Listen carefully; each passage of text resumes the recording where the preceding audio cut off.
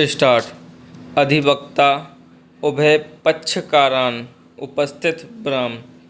इस आदेश के जरिए प्रतिवादी संख्या 01 ता 04 द्वारा प्रस्तुत दो प्रार्थना पत्र, प्रथम प्रार्थना पत्र अंतर्गत धारा 151 सिविल प्रक्रिया संहिता दिनांकित 22/4/2025 एवं द्वितीय प्रार्थना पत्र अंतर्गत धारा 151 सिविल प्रक्रिया संहिता दिनांकित 1/7/2015 का निस्तारण एक साथ किया जा रहा है। ब्राह्म।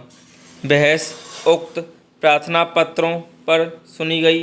ब्राह्म। पहला, अधिवक्ता प्रतिवादी संख्या 1 ता 04 ने उपरोक्त विधिक प्रावधानों के तहत प्रथम प्रार्थना पत्र प्रस्तुत कर कथन किया कि प्रकरण में वादों की विषय वस्तु से संबंधित जो अस्थायी निषेधाज्ञा प्रार्थना पत्र वादी संस्था की ओर से पेश किया गया था, वह न्यायालय द्वारा स्वीकार किया जा चुका है।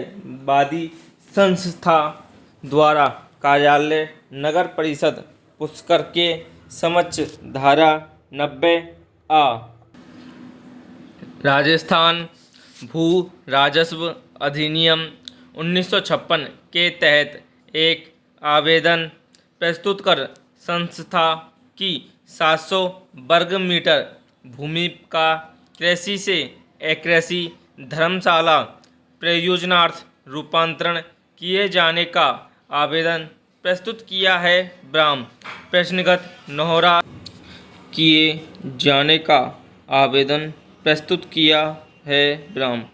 प्रश्नगत नोहरा जिसका प्रकरण न्यायालय के समक्ष विचाराधीन है और संस्था के पक्ष में न्यायालय द्वारा स्टे ऑर्डर पारित किया गया है, से यह हस्तक्षेप न्यायालय द्वारा किया जाना आवश्यक है कि प्रथम सूचना वादी संस्था से लिखित में यह लिया जाए कि प्रश्नगत नोहरा जिसका कि वाद न्यायालय के समक्ष विचाराधीन है, वह चरण संख्या 3 में वर्णित कार्यवाही में सम्मिलित नहीं है, और दूसरा, यदि इसको वादी संस्था सम्मिलित मानती है तो ऐसी स्थिति में न्यायालय पुनः न सिर्फ वादी संस्था को पाबंद करे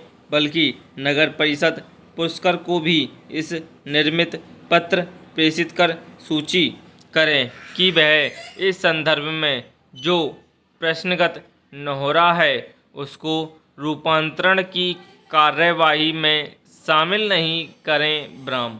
प्रतिवादी को यह जानकारी में लाया गया है कि जो प्रश्नगत नोहरा है वह भी इस संपूर्ण रूपांतरण कार्यवाही में सम्मिलित है और रूपांतरण होने के पश्चात इसको ध्वस्त कर समतल किया जाए ताकि धर्मशाला बनाई जा सके। ब्राह्म।